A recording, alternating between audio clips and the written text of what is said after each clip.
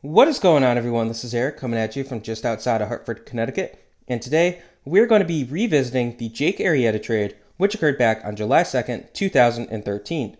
So this was a trade between the Chicago Cubs and the Baltimore Orioles that happened because, essentially, as the 2013 trade deadline approached, the Baltimore Orioles appeared to be in the thick of a tight AL East race.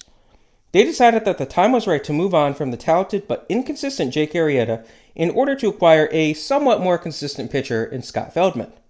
So he was in the midst of pretty much one of his better years in his career. So in what seemed like a minor deal at the time, the Cubs would get Jake Arrieta in return for Feldman.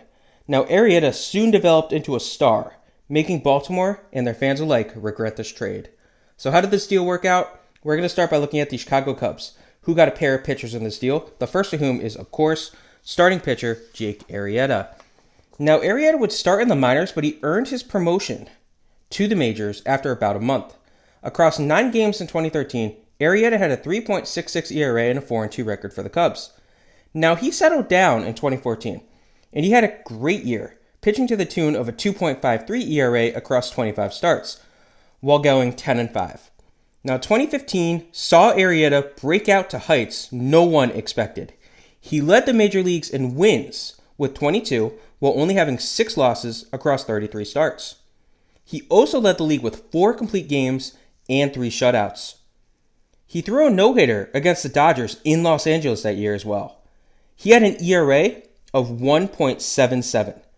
Now, he won a very close race for the NL Cy Young Award. So he just completely took off in 2015. Great season for him.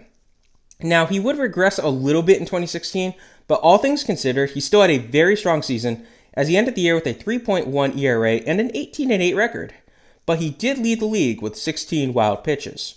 So he did also go on to throw his second no-hitter that year as well.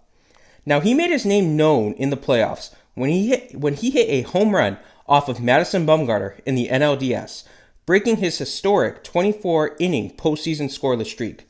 Surprisingly, a pitcher broke Mad Bum's 24-inning scoreless streak. Nobody saw that one coming. Now, he would go 2-0 with a 2.38 ERA in the World Series as Chicago finally broke the curse.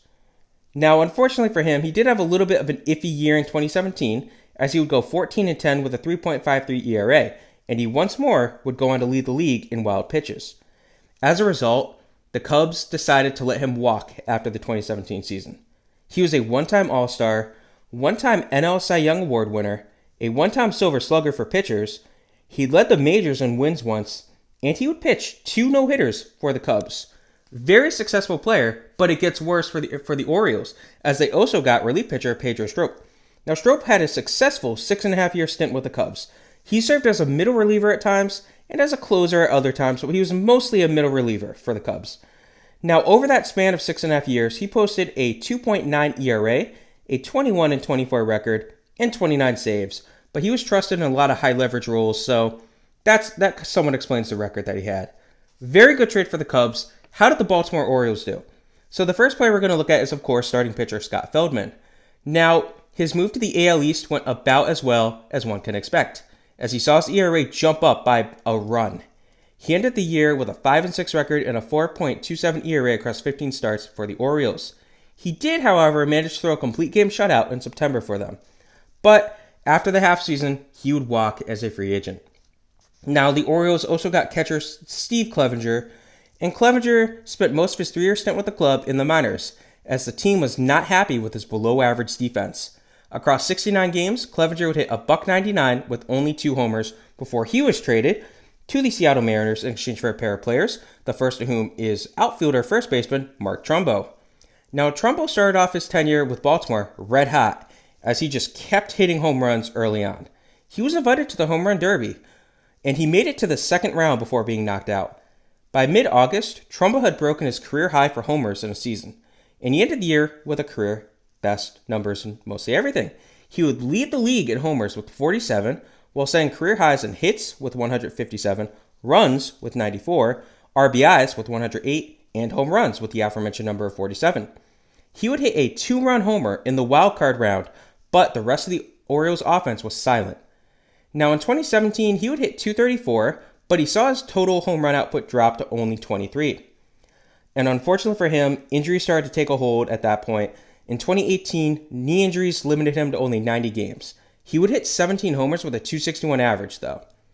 Now, he spent the majority of 2019 on the injured list due to a knee injury, and he would return in September when he appeared in 12 games, hitting a .172 without any home runs. After the season, he was allowed to walk, and he has essentially retired. Now, he's a one-time All-Star, a one-time Silver Slugger, and he led the majors in home runs one time for the Orioles. Now, they also got relief pitcher C.J. Reifenhauser, and Reifenhauser was designated for the assignment and released after 2 months during the offseason, so he never appeared in a game for Baltimore. So that's how Chicago and Baltimore did. How did Seattle do with catcher Steve Clevenger? Now, Clevenger would play in 20 games for them in the majors, hitting .221 in that time before a broken hand ended his season early, and then he would walk as a free agent. So now we have my favorite part of these MLB trades. We have the WAR summary. So clearly Chicago wins this with a 27.3 combined WAR from their players. Baltimore got a 2.5. Seattle got a 0.0. Now earlier in the video, I mentioned that we were revisiting this trade. One of the very first trade breakdowns I did was of this trade, and I just hated how it came out looking back at it. So it's gone now. This is the new video. So in case you're wondering, we did have this video up a while back. Well, I hope you guys enjoyed this video. This was the Jake Arrieta trade. Have a good rest of your day.